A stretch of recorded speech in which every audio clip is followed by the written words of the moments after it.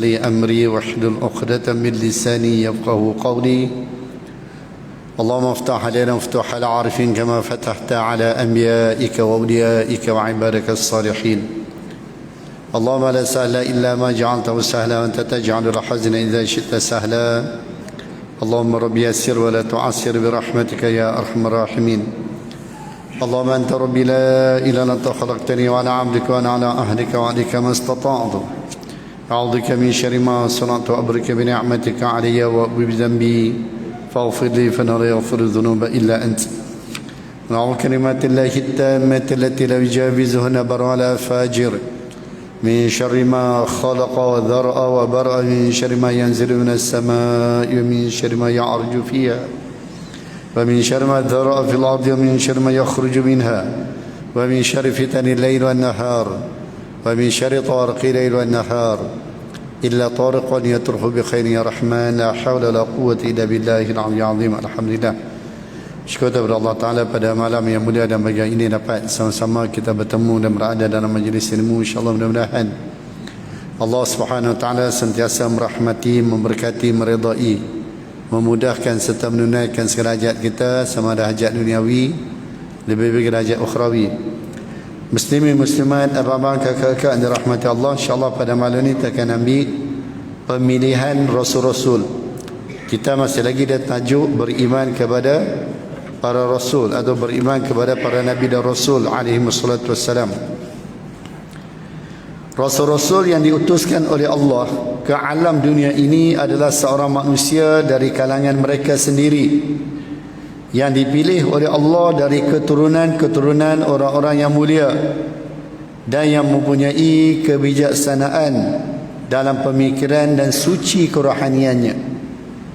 Ini ialah supaya Rasul-Rasul itu dapat menyampaikan, dapat menyiapkan diri mereka untuk menerima wahyu syariah daripada Allah Subhanahu Wa Taala dan menyampaikannya kepada mukmin atau kepada kaumnya, di mana Allah Ta'ala lebih mengetahui siapakah yang patut dipilih dan yang layak dilantik untuk menerima jawatan Rasul itu.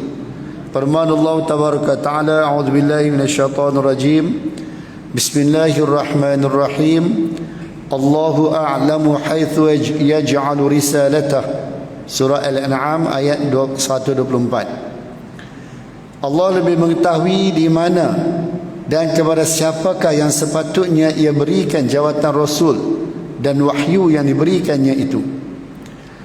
Dan Allah berfirman juga, a'udzubillahi minasyaitanir rajim, bismillahirrahmanirrahim, Allahu yastafi minal malaikati rusulan wa minan nas innallaha sami'un basir. Surah Al-Hajj ayat 75. Allah memilih utusan-utusan dari malaikat-malaikat dan dari manusia. Sesungguhnya Allah amat mendengar lagi amat mengetahui. Jadi sahabat-sahabat yang dirahmati Allah, secara ringkasnya perlantikan Nabi dan Rasul ni adalah daripada Allah Ta'ala, bukan dilantik oleh manusia. Para Nabi dan Rasul alaihi wassalam dilantik dan dipilih oleh Allah Subhanahu Wa Ta'ala, bukan dilantik dan dipilih oleh manusia. Jawatan-jawatan lain semua dipilih dan dilantik oleh manusia. Bermula setinggi-tinggi jawatan yang ada dalam dunia ni, sehinggalah serendah-rendah jawatan, semuanya adalah dipilih dan dilantik oleh manusia. Para Nabi dan Rasul alaihi wasallam adalah dipilih, dilantik oleh Allah. Maka sebab itulah bila Nabi SAW menyatakan bahawasanya dia adalah Nabi yang terakhir. Dan Allah Subhanahu Wa Taala juga menyatakan dalam Al-Quran, Nabi adalah merupakan khatamun nabiyyin, Nabi yang terakhir. Bila sebut kata Nabi yang terakhir, mana tidak ada Nabi dah selepas daripada kenabian Nabi kita Muhammad sallallahu alaihi wasallam. Maka sebab itulah bila ada dakwaan-dakwaan yang berlaku dalam masyarakat kita di Malaysia ni dah berapa orang dah mengaku Nabi ni, tu pun masih ada lagi orang yang ikut, masih ada lagi orang yang percaya. Sedangkan dalam Quran, dalam hadis, Nabi menyebut bahawa Nabi adalah merupakan Nabi yang terakhir, wa ana khatamul anbiya wa la nabiyya ba'di atau kama qala alaihi salatu wasalam. Nabi bersabda bahwasanya aku adalah merupakan nabi yang terakhir dan tidak ada nabi lagi selepas daripada baginda sallallahu alaihi wasallam.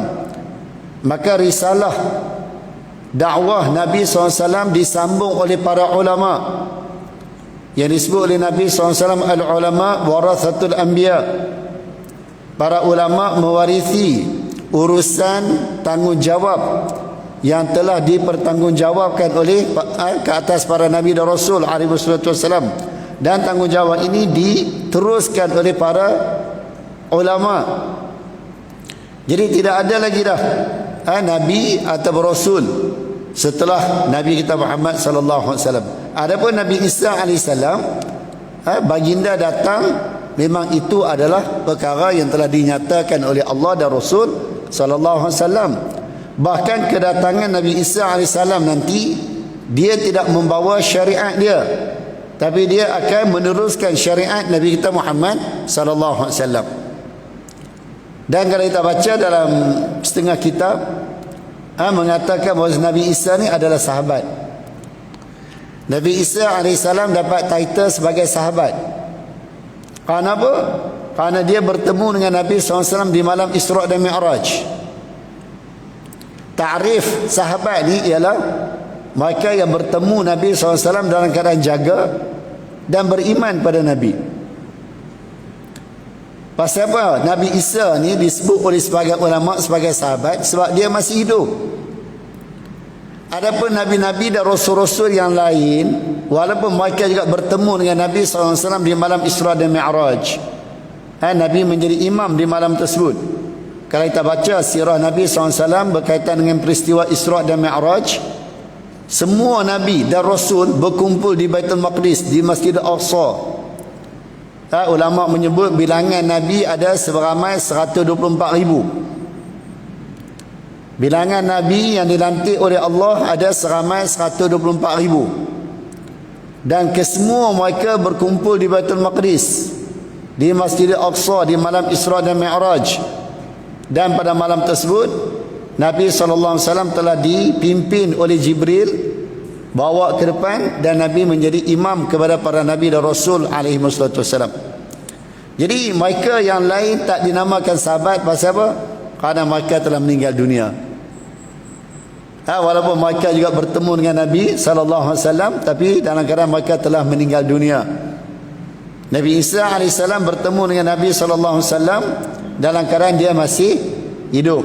Maka sebab itulah sebagian ulama menyebut dan mengatakan bahawasanya Nabi Isa termasuk di kalangan mereka yang mendapat title ataupun kedudukan sebagai sahabat Nabi sallallahu alaihi wasallam. Jadi kita dah tahu, kita dah yakin, kita dah percaya, maka inilah pegangan kita. Walaupun selepas ni yakin dan percayalah, selepas ni mesti ada lagi orang yang mengaku jadi Nabi. Kerana ianya takkan putus sampai hari kiamat. Bermula daripada Nabi, zaman Nabi kita Muhammad SAW dah ada dah orang yang mengaku jadi Rasul, jadi Nabi. Di antaranya ialah Musailimah Al-Kadzab yang mengaku dia sebagai Rasul dan Nabi di Yaman. Bila Nabi SAW hantar surat, hantar utusan, minta dia beriman pada Nabi SAW, dia kata, "Wahai Muhammad, kamu jadilah Nabi untuk orang Arab di Mekah, dan aku jadi Nabi dan Rasul untuk penduduk Yaman." Jadi kalau zaman Nabi dah ada dah orang yang mengaku Nabi, mengaku Rasul, maka tak mustahil di zaman kita dan zaman akan datang mungkin akan muncul lagi orang yang mengaku sebagai Nabi dan Rasul. Maka kita yang mengaji, kita yang belajar, kita yakin dan percaya bahawa tidak ada Nabi dan Rasul selepas dari kewafatan Nabi kita Muhammad sallallahu alaihi wasallam. Dan benda inilah juga kita kena tanam dalam hati anak-anak kita, cucu-cucu kita. Sebab itulah jangan kita biar anak-anak kita, cucu-cucu kita ni tak mengaji, tak belajar. Suruh mereka pergi mengaji, suruh pergi belajar. Walaupun mereka dah jauh daripada kita, dah bekerja, dah berumah tangga, pesan kat mereka pergi mengaji, pergi belajar, pergi ke surau, pergi masjid, duduk dalam majlis-majlis ilmu, cari masa, bagi masa, jangan tunggu ada masa. Sebab kadang-kadang orang ni nak pergi surau, nak pergi masjid, nak pergi mengaji, tunggu ada masa. Kalau tunggu ada masa, insya-Allah sampai bila tak ada masa. Sebab sekarang ni masing-masing sibuk. Masing-masing sibuk sekarang ni. Jadi kalau nak tunggu ada masa, insya-Allah memang tak ada masa. Maka kita sendiri kena bagi masa, kena rancang masa kita untuk datang ke surau, datang ke masjid, menghadiri majlis-majlis ilmu. Allah Subhanahu wa taala memberi keistimewaan dan keutamaan kepada para rasulnya. Itu ialah supaya mereka cukup persediaan menghadapi permasalahan yang akan berlaku dengan kuat kesabaran dan ketabahan hati.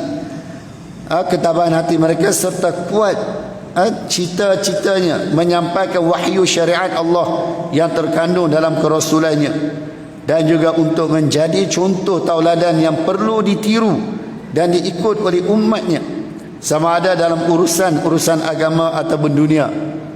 Tadi khutbah kita menyatakan kepada kita kesyukuran Nabi SAW, contoh kesyukuran Nabi SAW. Kita bayang tak, Nabi ni dah dijamin syurga, dah dijamin syurga, diampuni segala dosa, tapi masih lagi melakukan amal ibadah kepada Allah Subhanahu Wa Taala. Kita bayang tak? Bila ditanya, Nabi jawab apa? Afala akuna abdan syakura. Tidakkah aku ni termasuk di kalangan hamba yang mensyukuri nikmat Allah? Allah dah bagi syurga, dah jamin syurga, Allah dah ampuni dosa-dosa. Takkan aku tak buat apa-apa amal ibadah kot? Takkan tak buat apa-apa? Kita kata apa? Amal soleh yang disuruh, dituntut oleh Allah Subhanahu Wa Taala. Tiba-tiba ada orang yang mengaku alim, ada orang yang mengaku hebat, darjat dah tinggi, tak perlu semayang. Ada juga. Ada juga dalam masyarakat kita tak semayang pasal apa? Darjat dah tinggi, bertabat dah tinggi, tak perlu semayang. Sedangkan Nabi ni darjat lebih tinggi lagi daripada para Nabi dan Rasul alaihi wasallam yang lain. Nabi dipilih sebagai ulul azmi, dipilih sebagai sayyidul mursalin, penghulu bagi segala Nabi dan Rasul alaihi wasallam. Pun Nabi semayang, Nabi berpuasa, Nabi baca Quran, Nabi berzikir, bertasbih, bertahmid. Tiba-tiba ada orang dalam masyarakat kita yang kadang-kadang kita pernah dengar tak semayang. Pasal apa? Darjat dah tinggi dah. Martabat dah tinggi. Ada yang mengaku semayang di Mekah, setiap waktu semayang di Mekah. Ni pasal tak semayang? Oh, saya semayang di Mekah. Masya Allah, hebat. Maka semua benda ni perlu kita berhati-hati dengan apa yang ada dalam masyarakat kita. Sebab itulah kena mengaji, kena belajar. Jangan mengaji dan belajar daripada internet sahaja. Sebab zaman sekarang ni orang kira nak mudah. Nak tahu hukum, nak belajar apa-apa, cari dalam Google. Siapa tok guru dia? Google. Kan? Bukan tak boleh cari dalam Google tak? Boleh, silakan. Tapi mesti kita kena ada rujukan. Mesti kena ada pengiktirafan apa yang kita cari, apa yang kita ambil tu. Supaya kita tidak silap mengamalkannya, supaya kita tidak silap memahami konten yang ada dalam benda yang disebut dalam Google tu. Sebab zaman sekarang ni zaman dunia tanpa sempadan, semuanya di ujung jari. Payah-payah malas nak pergi surau, malas nak pergi masjid, cari dalam tu ya. Kan? Jadi kena juga kita rujuk kepada orang yang ada otoriti yang boleh membantu untuk memberi kefahaman kepada kita. Andainya Rasul-Rasul itu tidak mempunyai keistimewaan yang khusus yang berupa pemikiran, kepimpinan, pentadbiran, kebijaksanaan, kesucian rohani dan fitrah insaniyah, sudah pasti mereka tidak dapat menjalankan tugas dan tanggungjawab sebagai seorang Rasul yang menyampaikan wahyu-wahyu Allah dan mengembangkan syariatnya, itulah agama Allah Subhanahu Wa Taala. Sebab itulah kita tengok Nabi SAW walaupun tak pandai baca, tak pandai menulis, ummi, walladhi arsala rasulahu wallazi ba'atha fil ummiyina rasulan minhum, kata Allah. Allah telah mengutuskan kepada golongan ummi, iaitu golongan Arab yang tak pandai baca, tak pandai menulis, rasulan minhum, seorang rasul di kalangan Makkah, iaitu rasul yang juga tak boleh membaca dan tak boleh menulis. Tapi Rasulullah bijak tak? Bijak, cerdik, pandai. Ini adalah kurniaan Allah Subhanahu Wa Taala. Kita baca dalam sirah Nabi sallallahu alaihi wasallam. Kita baca dalam sirah Nabi sallallahu alaihi wasallam, Rasulullah ni seorang yang muthaqaf, muthaqafah, seorang yang mempunyai kebijaksanaan, yang mempunyai maklumat yang hebat. Ketika hijrah ke Habasyah, pasal apa Nabi suruh sahabat-sahabat hijrah ke Habasyah? Tak ada ke tempat lain, ke Taif ke negara-negara lain lagi tak ada. Tapi pasal apa Nabi memilih Habasyah? Sebab Nabi ada maklumat. Nabi ada maklumat. Dan Nabi mengatakan bahawasanya di sana, iaitu di Habasyah, ada seorang raja yang tidak menzalimi sesiapa pun yang berada di bawah pemerintahannya. Macam mana Nabi tahu? Sudah pasti Nabi ada maklumat. Walaupun Nabi tak pandai baca, tak pandai menulis, tapi Nabi dengar daripada persembangan, percakapan orang yang datang ke Mekah setiap tahun mengerjakan haji, datang berniaga di Mekah. Sebab Mekah ni adalah merupakan tempat, kita kata apa, tempat pedagang-pedagang singgah. Sebab itulah pembesar-pembesar Quraisy ni menjadi jutawan yang hebat.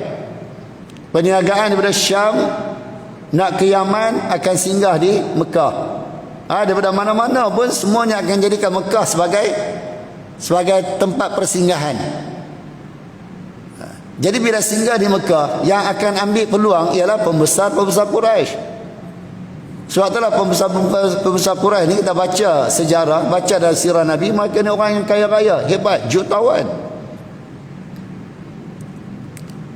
Jadi Nabi SAW walaupun tak pandai baca, tak pandai menulis, tapi Nabi ni bijak. Ambil maklumat, dapat maklumat, cari maklumat. Maka sebab itulah Nabi SAW suruh sahabat-sahabat hijrah ke Habasyah. Pada tahun yang ke-10 daripada bi'atsatin Nabi SAW, iaitulah setelah Nabi SAW pusing hampir 26 kabilah di masa tersebut, musim tersebut, untuk menyampaikan risalah Islam, dakwah, ajak kabilah-kabilah tadi supaya terima Nabi sebagai Rasul, minta mereka terima Nabi dan bagi perlindungan kepada Nabi SAW. Kesemua mereka menolak. Sehinggalah di waktu asar yang terakhir pada hari Arafah, pada tahun haji, pada tahun tu asar yang terakhir dah, kira habis tu, kira habis tak ada dah peluang. Nabi bertemu dengan 6 orang pemuda. Lalu Nabi SAW bertemu dengan mereka dan perkenalkan diri baginda. Aku adalah Rasulullah, diutuskan oleh Allah.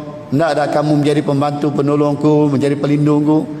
Yang pertama sekali Nabi tanya, mimman antum? Kamu ni berasal daripada mana? Lalu mereka kata, kami daripada Khazraj, iaitu daripada Yathrib. Dulu sebelum nama Madinah tu namanya ialah Yathrib. Jadi bila mereka sebut mereka adalah daripada Khazraj, Nabi kata apa? Amin mawalil Yahud. Apakah kamu ni ada perjanjian, ada hubungan yang baik dengan orang Yahudi? Macam mana Nabi tahu? Sudah pasti Nabi dapat maklumat daripada orang yang datang ke Mekah. Mana Nabi walaupun tak pandai baca, tak pandai menulis, tapi Nabi ni adalah orang yang bijak. Kita ni biasa tak pandai baca, tak pandai menulis, duk kena tipu dengan orang ni.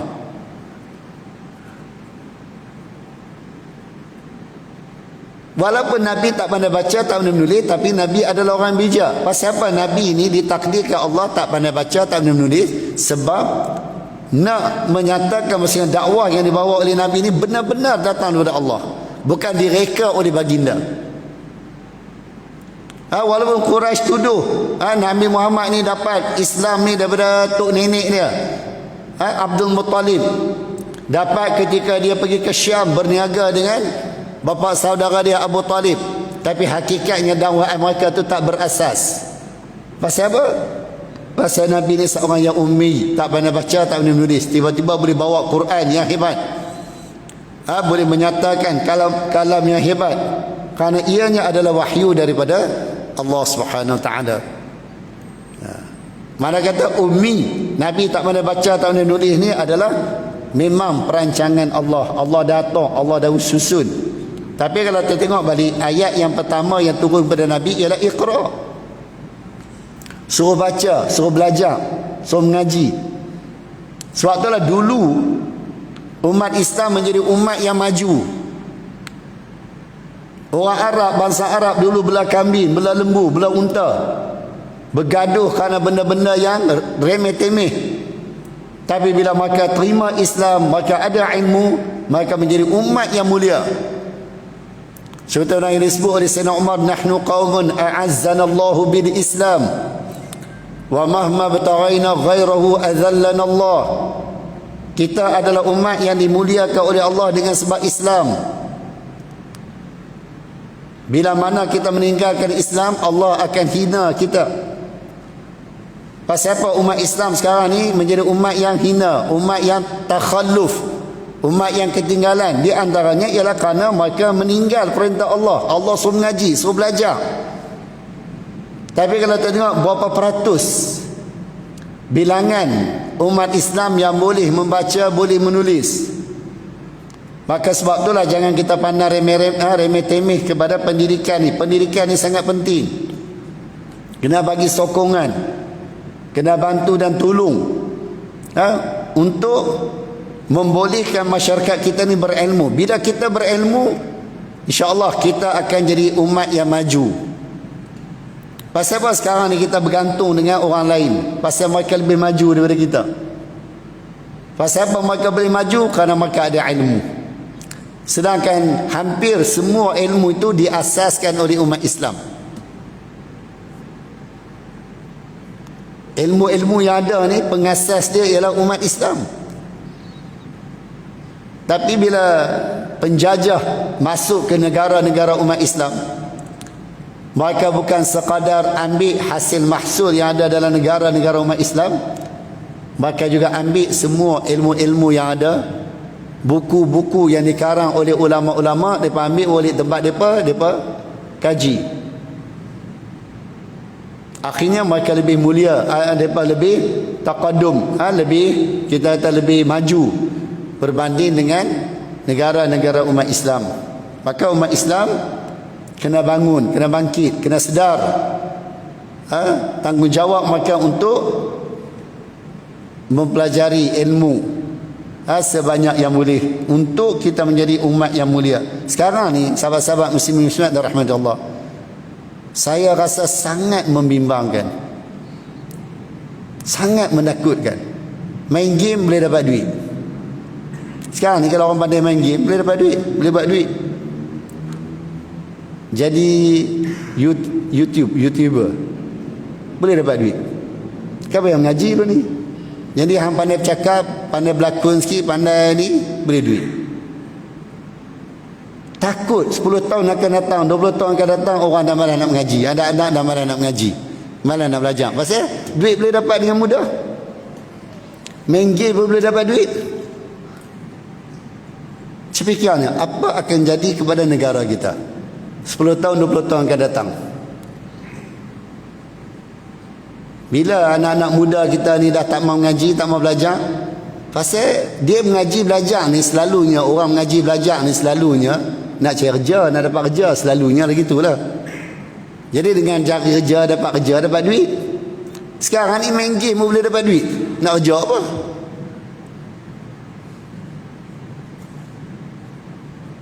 Jadi YouTuber pun boleh dapat duit. Nak kerja apa? Nak mengaji apa? Ini sangat-sangat membimbangkan. Wallahualam, ana tak pastilah. Saya tak pastilah macam mana pandangan sahabat-sahabat muslim muslimat, wallahualam. Tapi bila tengok balik memang sangat-sangat membimbangkan kalau sekiranya generasi muda kita ni dah tak berminat nak mengaji, nak belajar. Dalam Pak Isa pun tak apa nak ada lu ni. Pak Isa pun tak apa nak ada lu ni. Akan datang mungkin tak ada apa-apa Pak Isa dan so akan datang. Mungkin. Jadi kita sebagai mak ayah kena bagi kesedaran kepada anak-anak bahawasanya menuntut ilmu ni adalah penting. Bahkan Nabi SAW sendiri sebut talabul ilmi faridatun. Menuntut ilmu ni fardu. Walaupun ulama mentafsirkan ilmu yang fardu tu ialah ilmu fardu ain. Ilmu yang berkaitan dengan ibadah, berkaitan dengan keperluan semasa. Adapun ilmu-ilmu lain termasuk dalam fardu kifayah. Maka kita kena bagi penekanan, walaupun ilmu fardu ain ke fardu kifayah, ianya penting. Ianya adalah diperlukan oleh masyarakat kita. Kalau tidak, tak boleh nak bayang apa akan jadi kepada negara kita 30 tahun, 50 tahun akan datang. Wallahu a'lam.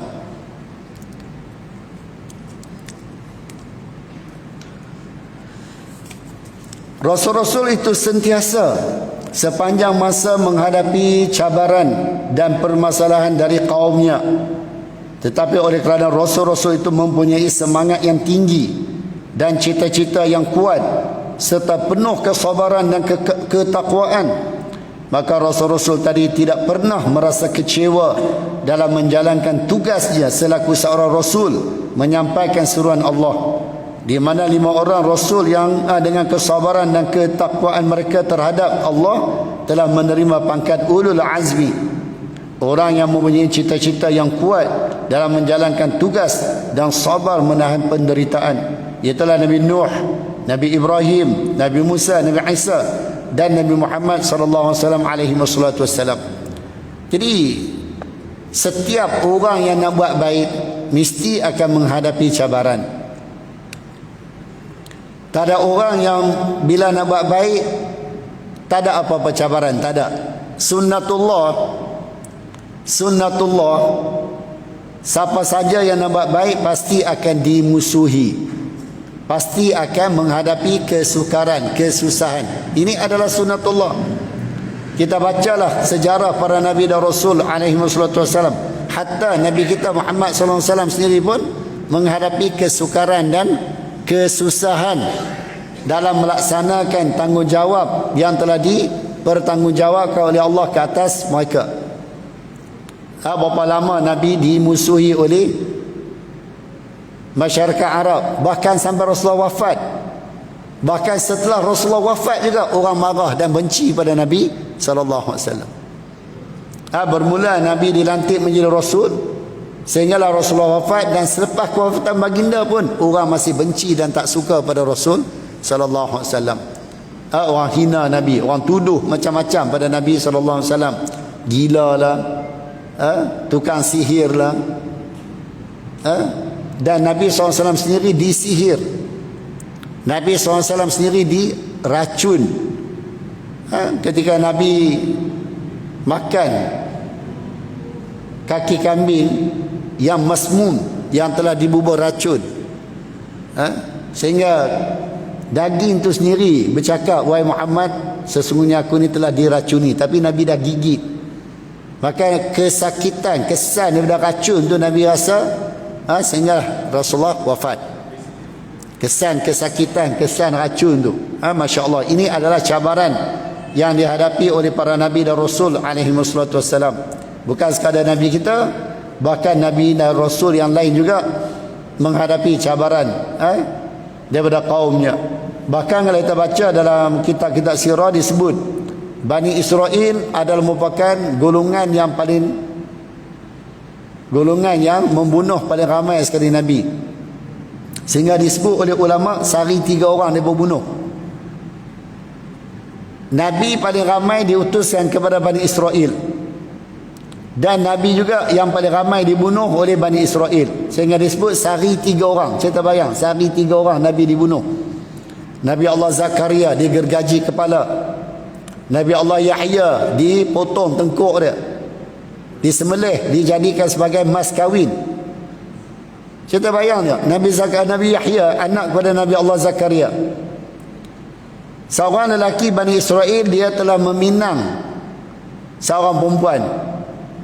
Perempuan tu kata okey, boleh kahwin, setuju. Tapi mahar dia, mas kahwin dia ialah kepala Nabi Allah Yahya alaihissalam. Saya tak bayang tengok, tak kepelik permintaan tu. Tapi oleh kerana lelaki ni nak kahwin juga, tangkap Nabi Zakaria, Nabi Yahya, sembelih, buh dalam talam, kepala buh dalam talam, dipersembahkan kepada wanita tadi. Lepas tu kahwin. Saya tak bayang tengok, Masya Allah. Dan Nabi kita Muhammad SAW juga tak kurang cabaran, penderitaan yang dihadapi oleh baginda. Jadi di kalangan para Nabi dan Rasul tu, Allah memilih 5 orang Rasul yang mendapat title dan pangkat sebagai ulul azmi. Iaitulah orang yang sangat kuat kesabaran dalam menghadapi cabaran dan ujian daripada Allah Subhanahu wa taala. Firman Allah taala, a'udzubillahi minasyaitonir rajim. Bismillahirrahmanirrahim. Wa idh akhadna minan nabiyyin mitsaqahum wa mink wa min Nuh wa Ibrahim wa Musa wa Isa bin Maryam wa akhadna minhum mitsaqan ghalidha. Berdasarkan pada ayat ni, surah Al-Ahzab ni, ulama mengatakan turutan pangkat ulul azmi ni, yang pertama sekali ialah Nabi kita Muhammad sallallahu alaihi wasallam. Walaupun dalam ayat ni disebut Nabi Nuh, Nabi Ibrahim, Nabi Nuh mula kan, Nabi Ibrahim, Musa dan Nabi yang terakhir, tapi kalau ikut ayat ni Allah Ta'ala kata apa? Teruslah bertakwa kepada kami dan ingatlah tatkala kami mengambil daripada nabi-nabi secara umumnya akan perjanjian setia mereka, dan khasnya daripada engkau. Nampak Allah Ta'ala sebut Nabi SAW dulu. Mara kata ulul azmi yang paling tinggi sekali ialah Nabi kita Muhammad SAW. Ini yang pertama. Yang keduanya ialah wa min Nuh, barulah datang Nabi Nuh, wa Ibrahim, Nabi Ibrahim, Musa, Isa. Pada kata tingkatan yang paling tinggi sekali ialah Nabi kita Muhammad sallallahu alaihi wasallam. Kemudian barulah datang nabi yang lain. Walaupun di sini pengarang kitab ni sebut itulah nabi terakhir sekali. Mungkin dia sebut berdasarkan kepada kedudukan nabi. Itulah nabi ni diutuskan paling terakhir sekali. Mungkinlah, wallahu alam. Tapi berdasarkan kepada ayat Quran, nabi adalah yang pertama sekali. Kedudukan yang paling tinggi sebagai ulul azmi di sisi Allah Subhanahu wa taala. Dan kami telah mengambil daripada mereka perjanjian setia yang teguh bagi yang menyempurnakan apa yang tugaskan kepada mereka. Masya Allah, kita tengok Nabi Nuh alaihissalam dahsyat juga. 900 tahun berdakwah, yang menerima dakwah Nabi Nuh alaihissalam setengah mengatakan 40 orang, setengah mengatakan 40 pasang sahaja. Cerita bayang tengok, 900 tahun bagi 80 orang. Contoh kalau kita 40 pasang kan, mana 80 orang, kita bagi berapa tahun seorang baru dapat. Ini cabaran. Sebab itulah kita, kalau kita ajak orang datang surau, datang masjid, datang ke majlis-majlis ilmu, kita nasihat orang tak dengar, kita jangan putus asa, jangan kecil hati, kena terus buat.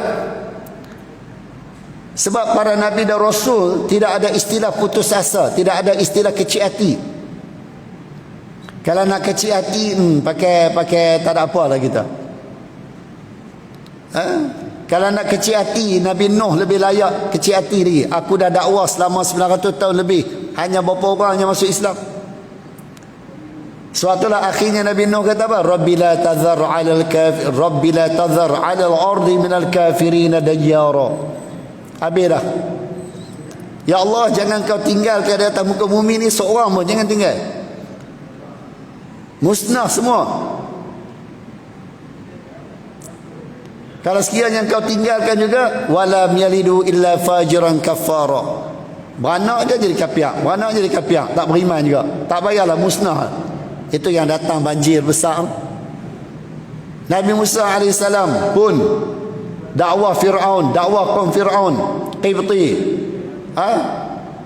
tak beriman juga. Akhir Nabi Musa pun doa pada Allah, Rabbi innaka ataita Fir'aun, Rabbana innaka ataita Fir'aun wa mala'ahu zinatan wa amwalan fil hayatid dunya, Rabbana liyadillu an sabilik, Rabbana tumis ala qulubihim, Rabbana tumis ala amwalihim washdud ala qulubihim fala yu'minu hatta yarawul azab.